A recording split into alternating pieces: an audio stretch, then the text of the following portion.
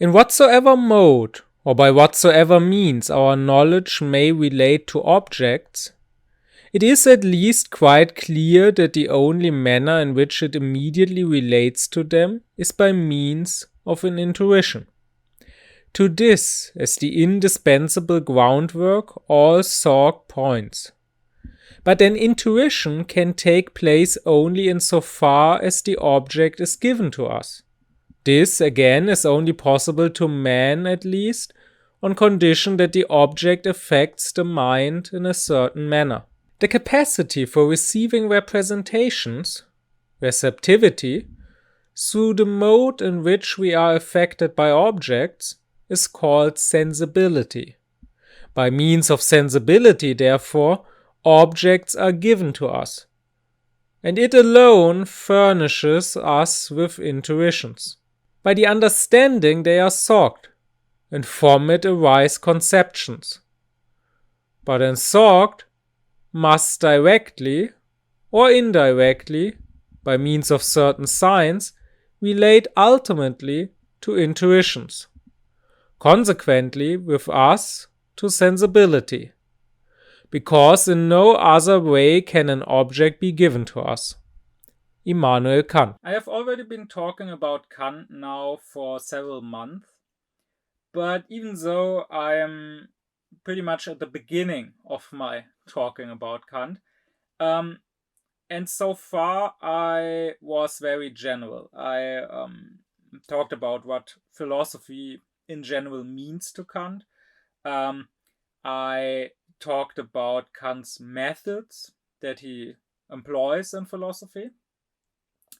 And finally, in the last 3 lectures, I talked about Kant's critical project in general.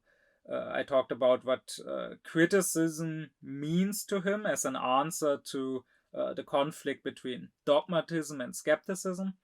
I talked about what the general question of all 3 critiques is. That is, how synthetic judgments a priori are possible. And finally, I talked about Kant's transcendental idealism as the key to the solution of the question of all 3 of his critiques. Now I want to go into his critical philosophy proper, and I want to talk about the various parts of his critical system. Each of that parts will take several weeks or months to talk about. And what I'm starting off with is Kant's critical philosophy in regards to our cognition, in regards to theoretical philosophy. So in other words, I will start off with that part of his philosophy which is contained in the Critique of Pure Reason. Also, of course, in other writings of his, but mainly the Critique of Pure Reason. And in the coming weeks, I want to go into more detail about his philosophy of cognition. Here, in this lecture, I want to give a sort of introduction or general overview about how Kant answers the question of the Critique of Pure Reason, that is, how are logical synthetic judgments a priori possible. First off, it is important to remember that the faculty of cognition, according to Kant, has 2 parts. I talked about this 2 lectures ago when I talked about the general question of the critique, the question, how are synthetic judgments a priori possible. The faculty of cognition is divided into the lower faculty of cognition, that is sensuality, and the higher faculty of cognition, that is what Kant calls the intellect, or also the thinking faculty. And faculty of cognition is probably not the best general term to group both of these together, because actual cognition in Kant's thinking is only possible through thinking, through the intellect. Sensuality alone, Kant would say, is blind. If I see red or taste sweetness or feel warmth or whatever, that in itself is not yet cognition. That is just a sensation. But I need my thinking to understand what this sensation means, where it's coming from. So one would not be wrong to just call the intellect or faculty of thinking, to just call that part the faculty of cognition. An alternative general term that encompasses both the intellect and the sensuality could maybe be a faculty of representation, which is also a term that one can find in Kant sometimes, and which is a term that was used in the Wolffian philosophy in Germany in the 18th century, because a representation in the philosophical terminology of that time is the general term for, well, any content of our psyche. So no matter whether it's a concept, an idea, a sensation, a desire, a feeling, all of those are representations.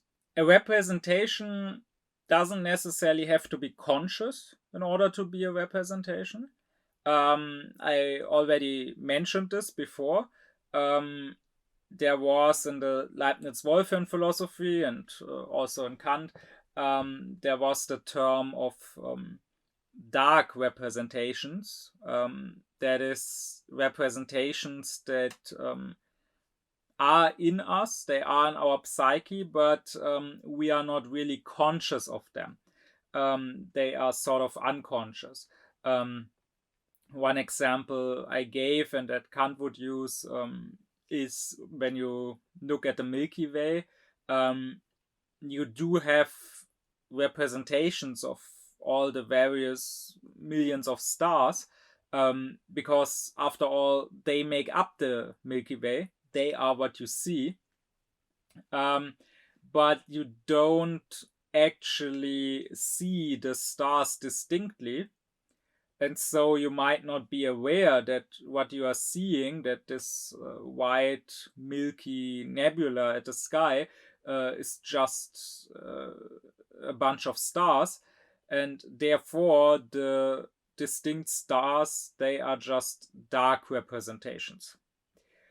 To Kant, consciousness means having a representation of having a representation. So if I see the stars in the Milky Way, but I'm not actually aware that I'm seeing various stars, various dots of light, if I actually think this is some sort of nebula or whatever, then I do have a representation of the stars, but I'm not aware of having that representation. I don't have a representation of the representation.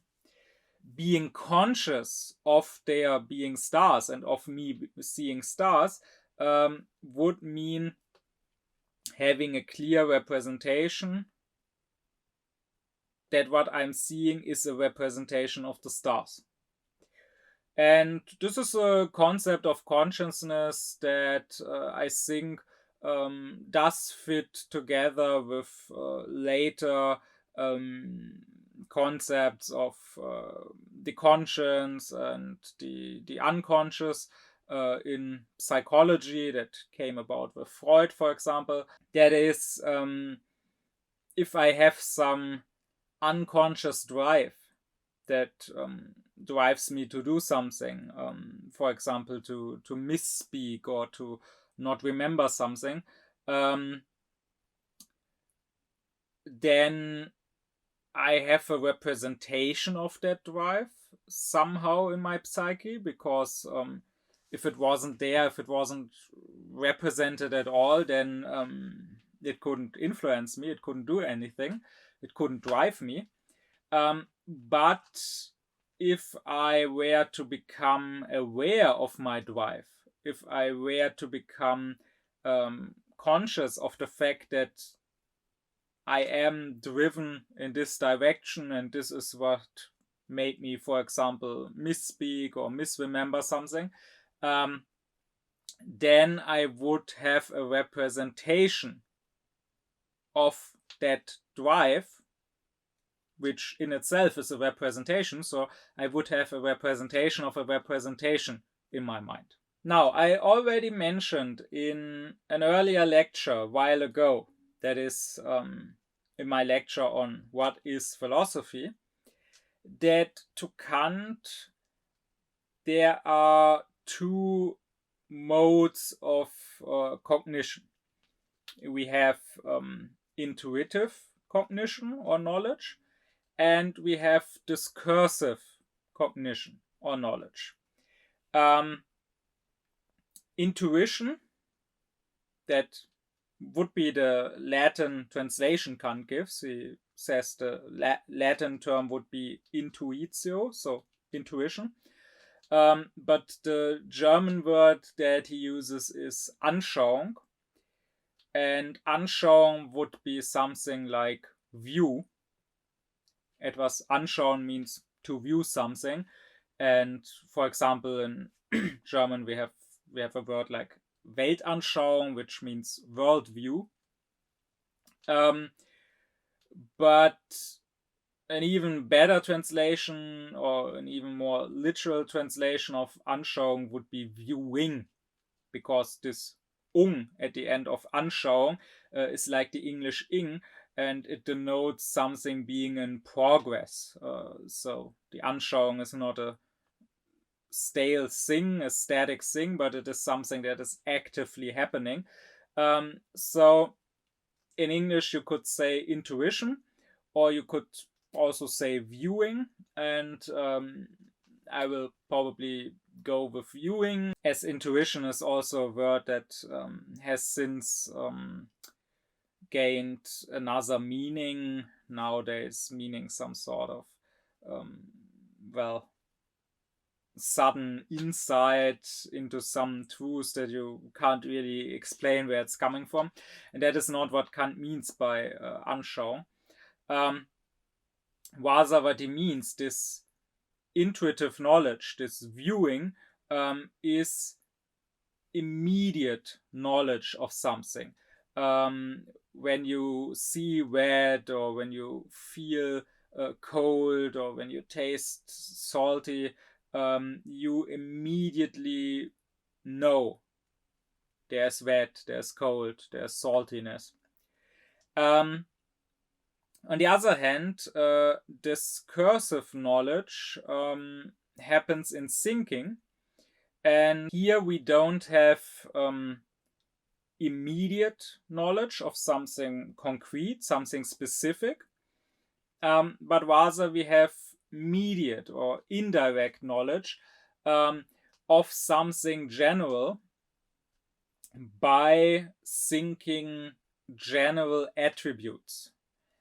So for example, if we take the example of a table, I can have a viewing of a specific table in front of me, and then I view it as it is, with this shape and space, and with this texture, with this color. Or Alternatively, I can think of the concept of a table, and then I will think the general attributes of a table, that it is a flat plate meant to put things on it, but a table in general could be made of wood, it could be made of plastic, it could be made of stone, it could have 4 legs, it could have 3 legs, it could have 1 leg. Neither of this, no specific material or specific number of legs, is necessary for it to be a table. Neither is part of the general attributes of what a table is. So that is discursive knowledge, or that is thinking, as opposed to the viewing, to the intuitive knowledge. Now in human beings, intuition or viewing, that is immediate knowledge of something specific, is identical with sensuality, so with the lower faculty of cognition. That means all our viewing is sensual viewing. And on the other hand, in human beings, discursive knowledge, thinking, that is mediate knowledge of something general, of a general concept with its general attributes, is identical with the higher faculty of cognition, is identical with intellectuality. And this distinction between sensuality and intellectuality, saying that sensuality is viewing, is immediate, and intellectuality is thinking, is mediate,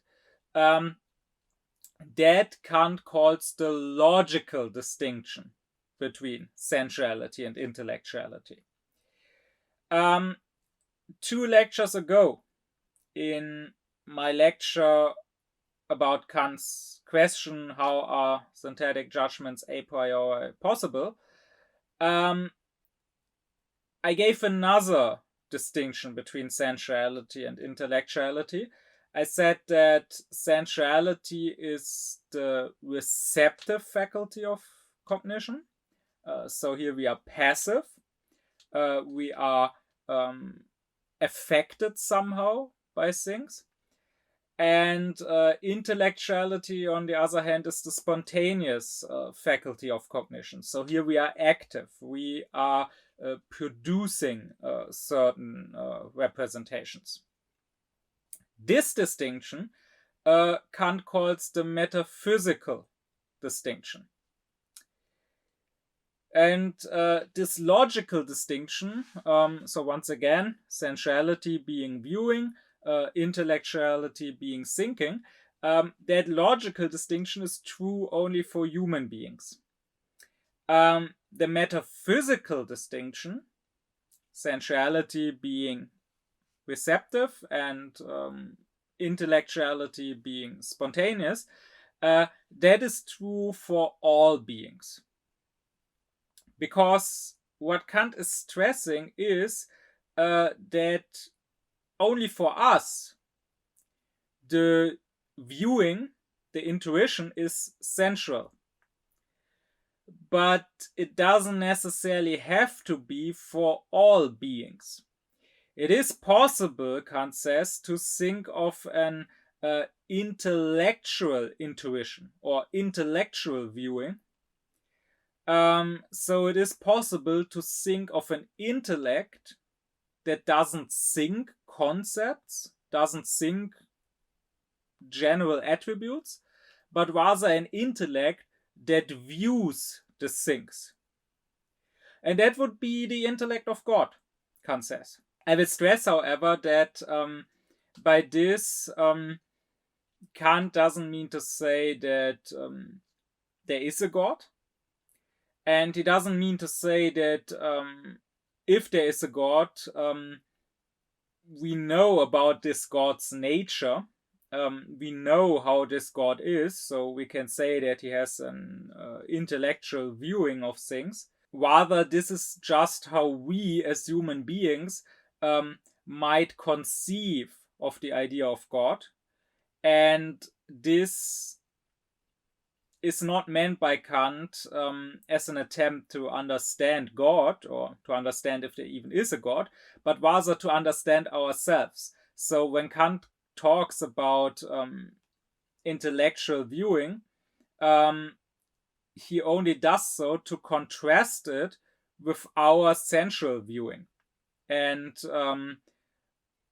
he only says we can think of such an alternative type of viewing. We can imagine this alternative type of viewing that we don't have in order to better understand the type of sensual viewing that we do have, and also in order to understand what it isn't. But not to understand this intellectual viewing and to understand God in themselves. But still, what does Kant mean when he talks about such an intellectual viewing? Well, it is clear that God cannot have sensuality. If, according to the metaphysical definition of Kant, if sensuality means being receptive, perceiving things as they affect me, being passive, then that means depending on the things in a way. Right? I previously gave this example. When I see red, I can't help but seeing red. As long as I don't look away or close my eyes, a red object forces me to see red because I depend on that object in a way. That object determines the sensation I have. It affects me in a way, and that affection appears as the color red. And that is not possible in God. God must not, if he is to be unlimited and self-contained and all-powerful, God must not depend on a thing. He cannot be forced by a mere thing, a creation of his, to, for example, have this red sensation, whether he wants to or not. So God cannot have sensuality. He can have intellectuality, as intellectuality means being spontaneous, being active. And that is something that fits with the idea of God. However, if his intellectuality was like ours, that is, if his intellect was a thinking intellect, a discursive intellect, that would mean that God could think of general concepts like tree or dog or human, but he could not know of specific particular objects. So he could maybe think of what a dog is, what the concept of a dog means, what the general attributes of dogs are, that they are mammals, that they have 4 legs and so on. But he could not know about specific dogs in the world. How many dogs there are, where there is a dog, what exactly that dog looks like, what the color of that dog is, and so on. He could not know that because the dog could not affect him sensually. He could only think of the concept of a dog. And this, however, would mean that God would not be all-knowing. He would know maybe all the concepts, all the generalities, so to say, but he would not know the particular things going on in the world. And this is a problem that, for example, the philosophy in the Middle Ages built on Aristotelian thought wrestled with. That, for example, the Muslim philosophy of the Middle Ages wrestled with, and someone like Al-Ghazali criticized Avicenna or even Zena exactly for this, saying basically, your God, your Aristotelian God, can only think universals, but he can not know about particular objects, and that would mean he is not all-knowing. That can't be. Well, this problem is solved by Kant by saying there is no reason to assume that God's intellect works like our intellect. That is, that God's intellect is thinking in general concepts. Rather, God's intellect could be viewing things. God could have an intellectual viewing, an intellectual intuition of things. And this intuitive intellect would then not have immediate knowledge of general attributes, but rather it would have immediate knowledge of the specific particular things, but not as they affect this intellect. This intellect would not be passive as sensuality is, but rather this intellect would, because that is what intellect means to Kant, it would be spontaneous, it would be active. So it would view the things not as they affect it, but rather as it, the intellect, imagines them, so to say. So God, with this intellectual viewing, would spontaneously create a representation, so to say, in his intellect, an object that he views in its totality, but in its specificness and particularity, and he would create that object as he is viewing it. His spontaneous view of that object would make that object come into being.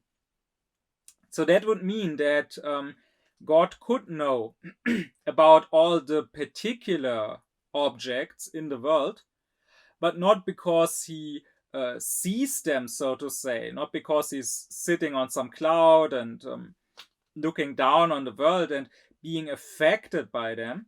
So it's not like God sees the world as it is, and if the world was differently, God would be forced to see the world in a different way, but rather it's the other way around. The world is the way God sees it in his own mind, and it is that way because God sees it that way. And if God were to view other things, to view the world in another way, then the world would be in another way. So that would be intellectual viewing. And this intellectual viewing would view the things as they are. The things as they are in themselves. Not God would not view things as they affect him, because he has no sensuality. He is not affected by the things. He would view things as they are, as he himself views and thereby also makes them. We, however, as human beings, we don't have such an intellectual viewing. We don't make things by viewing them, but rather we are affected by things. Things influence us in a certain way, and we only view things as they affect us, as we receive sensations from them. And that means that our viewing is sensual, and that we can never view the things as they are in themselves, but only as they appear to us. Not the noumena, but the phenomena. And this insight is the basis to Kant's transcendental idealism, about which I talked in the last lecture, and which is saying precisely that, which is saying that we have knowledge only of the things as they appear to us, not of the things as they are in themselves. Our intellect, of course, just like the intellect of God, can conceive as things as they are, independently of how they affect us, but our intellect can only think of concepts. So we can think of God or of freedom or of the immortal soul. But as those things don't affect our senses, and as we don't have an intellectual viewing, we can only think of them in general terms, but we cannot view these noumena. We can only view phenomena, only view things as they appear. I want to make a side note before I go on, and that is that Fichte, who to me is the most important philosopher of all, Fichte says there is such a thing as intellectual intuition or intellectual viewing in human beings. And if you just hear that, you would probably think that Fichte is disagreeing with Kant. Kant says there is no intellectual viewing. There may be in God, but there is none in human beings. Fichte says there is. And Fichte seems to not just disagree with Kant, but he simply seems to disagree with reality, right? Because it is quite clear that what Kant calls intellectual viewing, that is, viewing things not as they affect you, but viewing things, having immediate knowledge of things as they actually are, because through your viewing you bring them into being. It seems quite clear that this is indeed not something that is possible in human beings. However, Fichte, when talking about intellectual viewing, Fichte means something different from Kant. Fichte actually agrees with Kant that which Kant calls intellectual viewing does not exist in humans. And for that very reason, Fichte doesn't give it a name at all, because he says it's nonsense, it's a no thing. It doesn't exist, so it doesn't need a name. And rather, the name intellectual viewing, intellektuelle Anschauung in German, by Fichte is applied to basically consciousness, self-consciousness. And this is something that Kant doesn't do, but it is a thought that still has a basis in Kant, because Kant says that you can't really define what a representation is. Once again, representation is the general term for any sort of content of our psyche. Concepts, ideas, notions, sensations, feelings, desires, they are all representations. And I can probably define these specific representations. I can probably talk about what's the difference between a concept and a sensation. But a representation in general, Kant says, cannot be defined or explained. If there was a person who had no representations at all, you could not explain what a representation is to that person. Just like you cannot explain what the color red is to a blind person or to anyone who has never seen it before. But then someone who had no representations at all would also not be a person at all. That would be a stone maybe or some other object, but not a person with some sort of consciousness. So Kant says you cannot define what a representation is. You need to just know it. And Kant stops here and seems to not reflect further about what that means. But if he had reflected about that further, he would have had to ask himself, well, I say you can't define a representation, you can only know what it is. I also say that all types of knowledge are either intuitive knowledge or they are discursive knowledge. Well, what a representation is cannot be discursive knowledge if I can't define it, if I can't explain it in general terms. Rather, I have immediate knowledge of what a representation is simply by having representations in my consciousness. And that can only mean that this is intuitive knowledge. And this sort of intuition or viewing, that is, viewing your own representations, viewing the thoughts and feelings and desires and sensations that you have, that is what Fichte calls intellectual viewing. So we see that Kant and Fichte simply use the term to describe or to name different things, but they are not actually in disagreement. Fichte agrees with Kant that that which Kant calls intellectual viewing is something that human beings cannot have.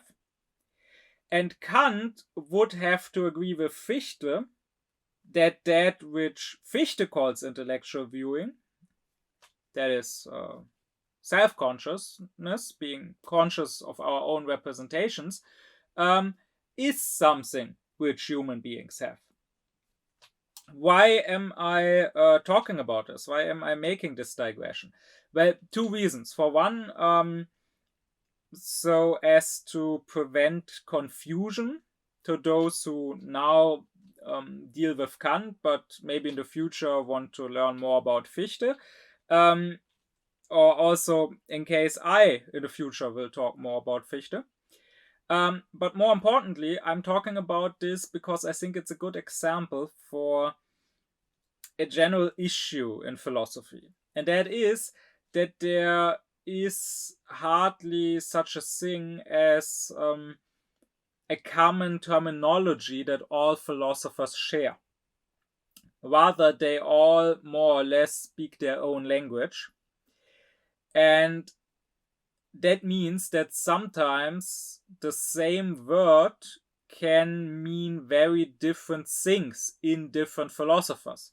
And that means that sometimes the latter of two philosophers can be in disagreement, like Kant saying we don't have intellectual viewing and Fichte saying we do have intellectual viewing.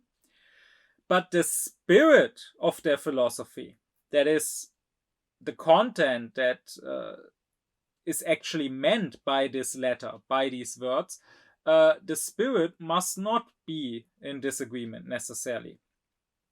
And this is just one example. I could give other examples from other philosophers. For example, I've been asked how can you like Kant and Fichte, to whom morality is so important, but then also like Nietzsche, who attacks morality. Well, because they use morality, the word morality, in very different ways. Fichte actually distinguished between higher and lower morality, and it turns out that that thing which Nietzsche calls morality and which she attacks and criticizes is the same thing more or less that Fichte would call lower morality. And Nietzsche is not attacking or disagreeing with what Fichte calls higher morality. In fact, Nietzsche himself, in a way, follows this higher morality. He just doesn't call it morality. So it is important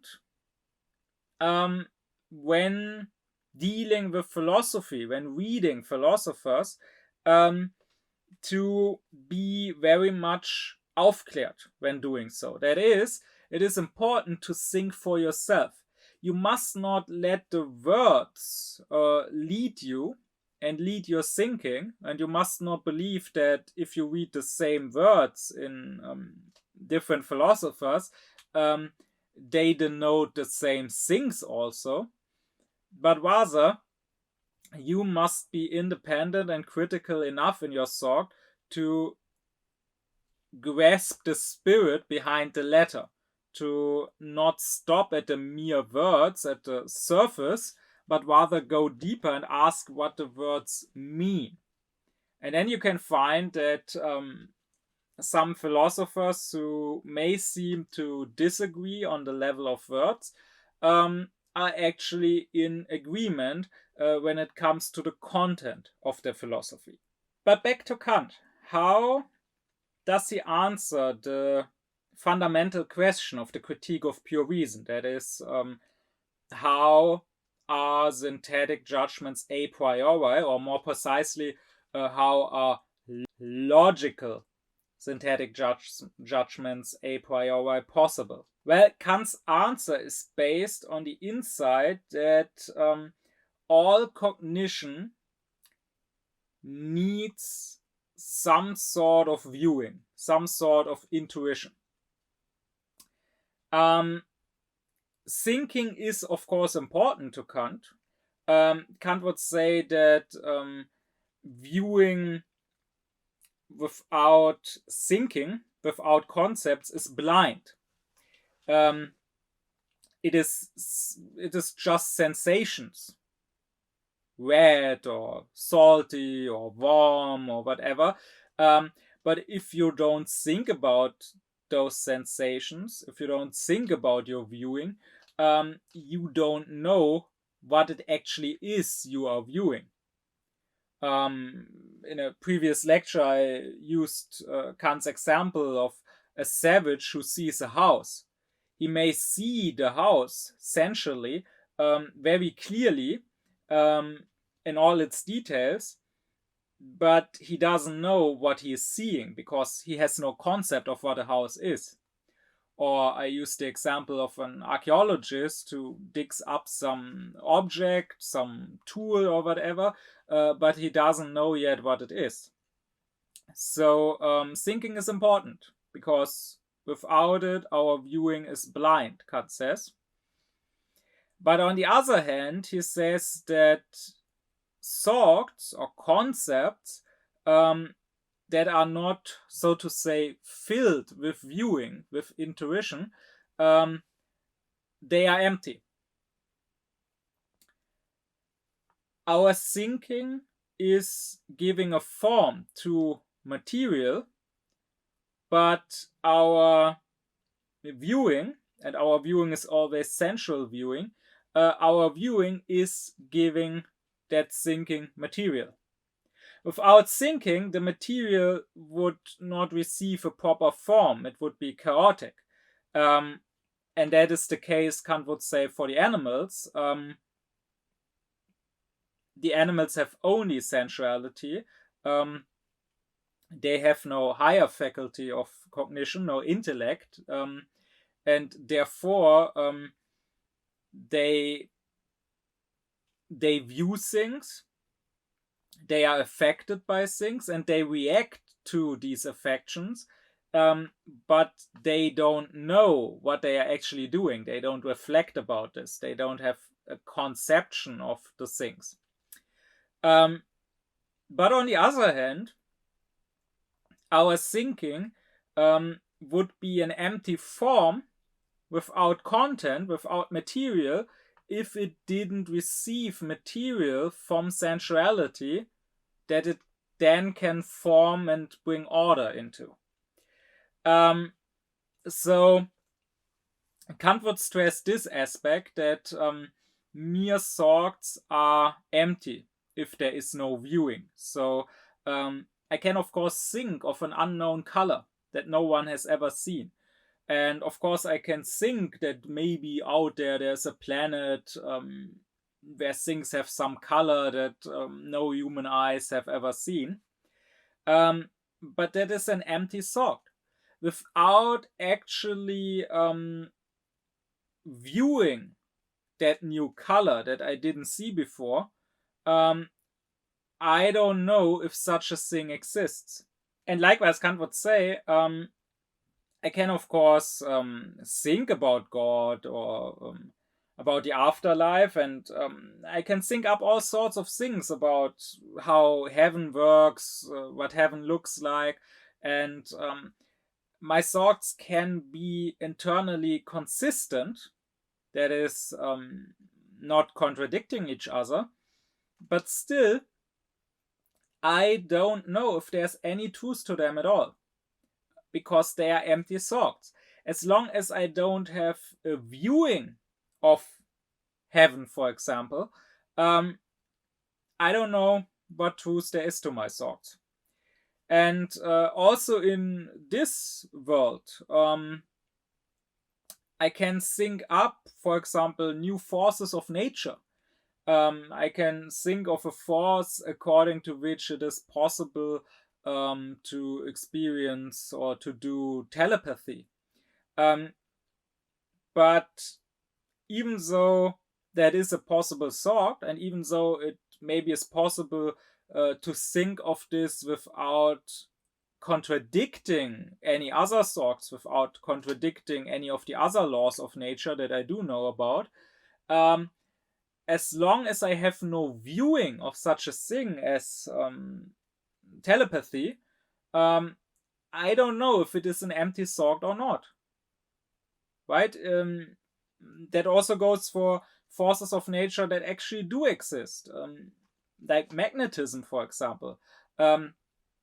If no one had ever experienced it, I could still think of a force of nature that is able to attract metal over a distance without touching it. But as long as I have no viewing of magnetism, or at least of its effects, I would not know that such a thing really exists. I would not know if my thought is empty or not. What Fichte would stress is mainly the fact that mere thinking without any viewing involved is, so to say, flowing ungrounded in space, because there will never be a last final proof for what I'm thinking. When I'm viewing something, I don't need such a final proof. When I'm viewing the color red, or when I'm tasting saltiness or feeling coldness or whatever, I just know that this is my viewing. I don't need further proof. Maybe I need to ask, why am I seeing red? What is causing this sensation? Is there really a red object, or am I just dreaming or whatever? But me seeing red, if I see red, doesn't need further proof. I know immediately that I see red. For our discursive knowledge, for our judgments, this is not the case, however. If, for example, I say that Socrates is mortal, I don't immediately know this to be true. I can conclude it when I say, for example, well, all human beings are mortal and Socrates is a human being. Then it follows that Socrates is mortal. But then someone could ask me, okay, fine, yes, Socrates' mortality follows from him being human and from all humans being mortal. But how do you know that all humans are mortal? And this too, I could prove through a further premise. I could say, well, all animals are mortal and human beings are an animal species, and therefore we can conclude that all humans are mortal.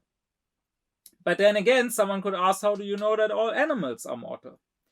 And we see here that no matter how far back I go with my proofs, at some point I will have to just stop, to just break this line of further proofs off. And that means that all of it is just floating, so to say, but has no real ground that it is grounded in. And just like someone could say, okay, Socrates is mortal because all human beings are mortal and Socrates is a human being, someone else could claim Socrates' soul is immortal. Socrates lives on after his death.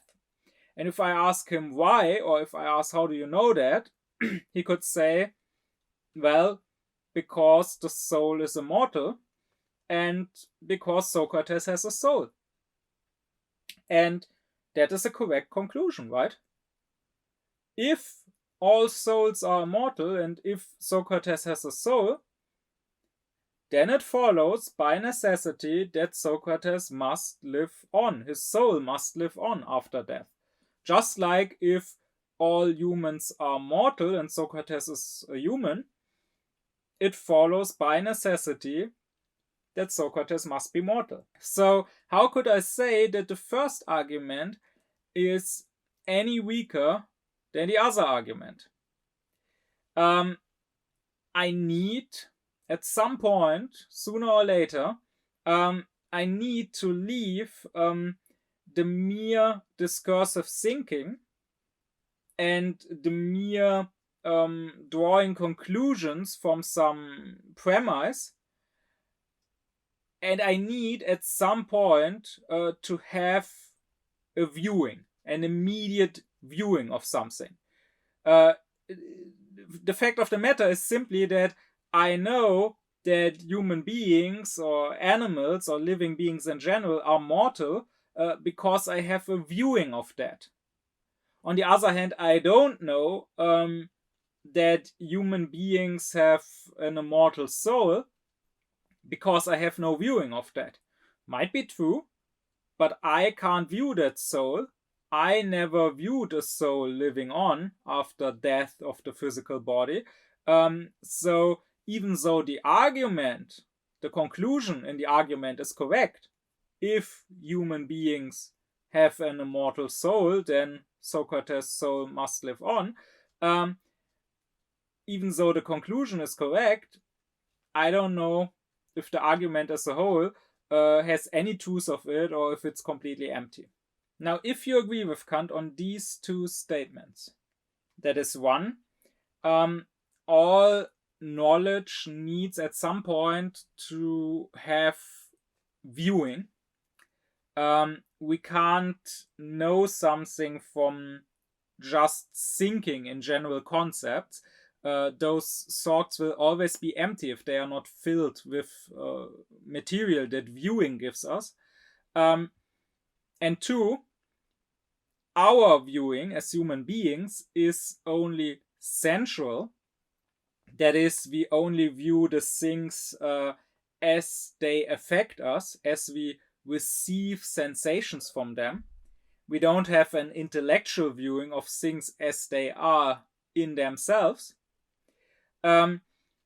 then it follows from these two statements that we can only have knowledge, we can only have cognition of things as they appear to us through sensual viewing, and we cannot have cognition of things as they are.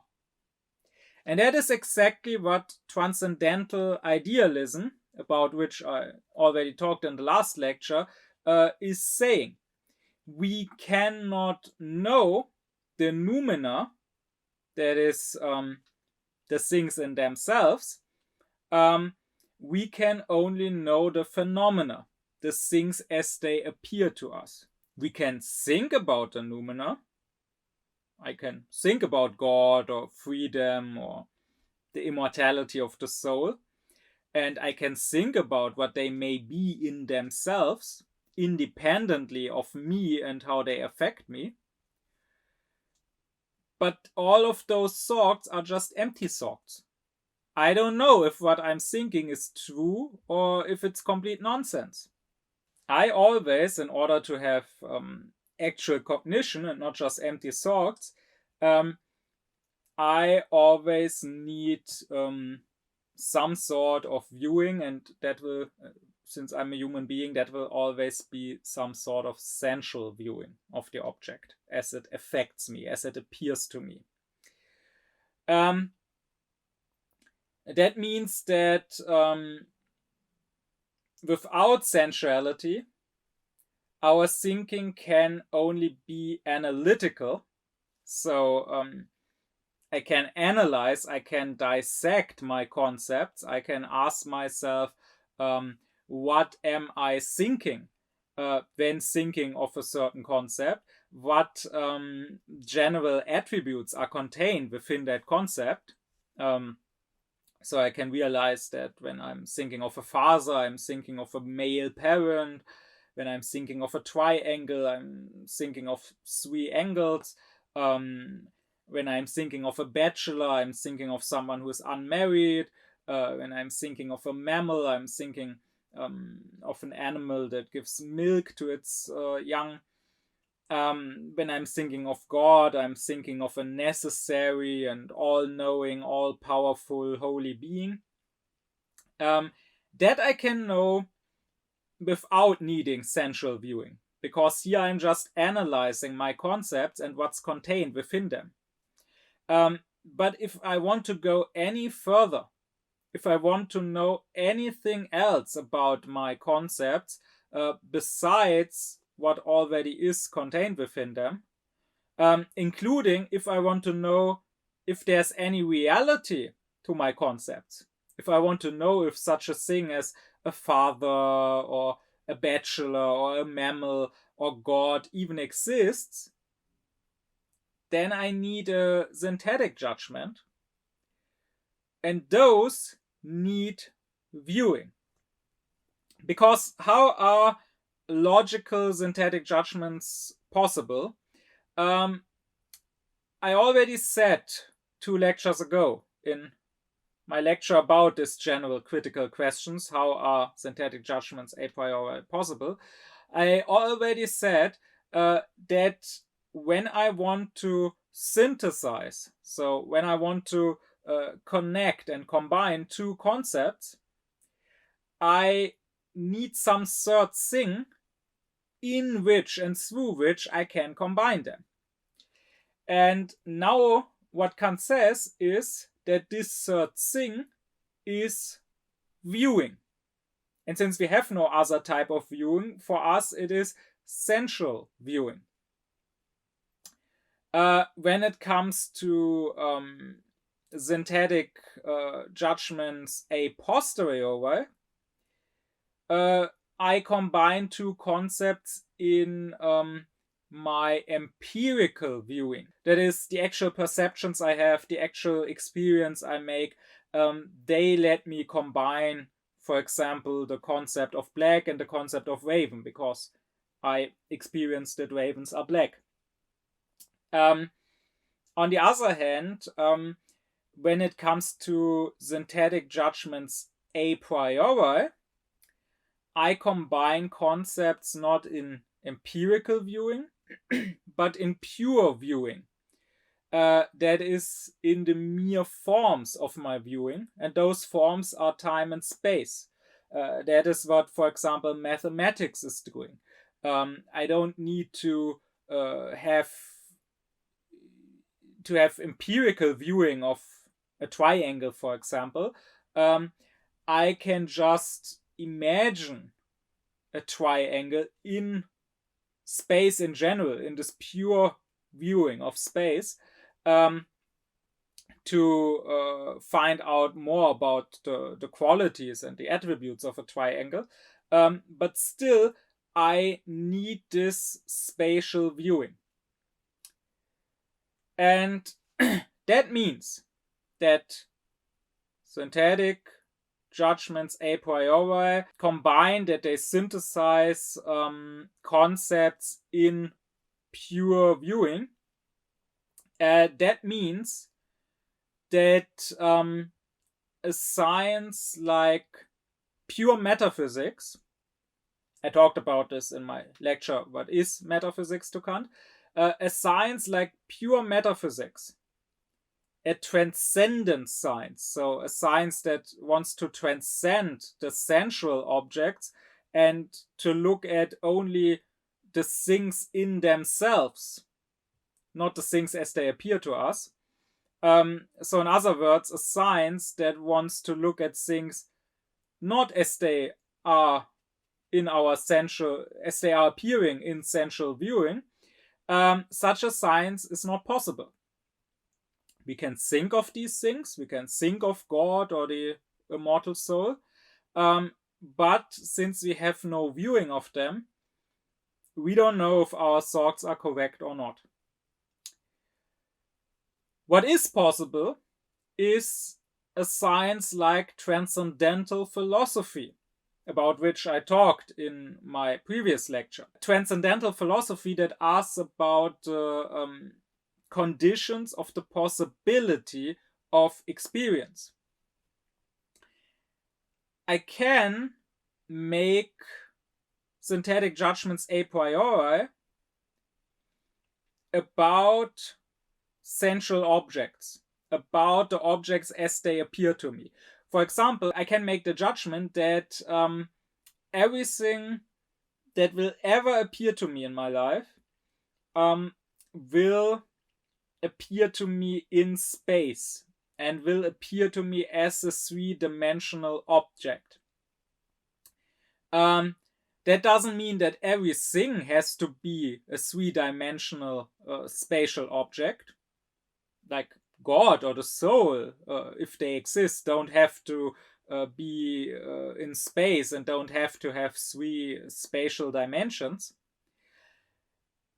But it means I can judge a priori that everything I will ever experience will be a three-dimensional object in space, because if it wasn't, I could not experience it.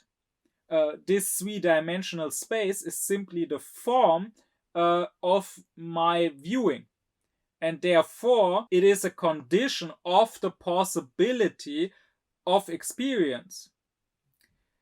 This is a synthetic judgment a priori that I can make. And that is the general answer to Kant's question that he asked in the Critique of Pure Reason. How are synthetic judgments a priori, that is, logical synthetic judgments a priori, how are they possible? They are possible because here we combine concepts in pure viewing. But since that viewing is still, even if it's pure viewing, sensual viewing, it is still a viewing of the things not as they are in themselves, but as they appear to us. That means we can only make synthetic judgments a priori about objects of experience. Not necessarily objects that we actually are experiencing, but objects that at least potentially could be experienced. While about objects that are beyond any experience, like God, we can only make analytical judgments, like we can think about what does our idea of God contain. We can analyze that idea, but we cannot make synthetic judgments about them. And remember, synthetic judgments are expanding judgments. They alone expand our knowledge instead of just analyzing and explaining what we are already thinking. That, in short, in conclusion, is the result of Kant's critique of pure reason. And now, in the upcoming lectures in the next weeks, I want to go into more detail, and I want to explain Kant's whole theory of cognition further.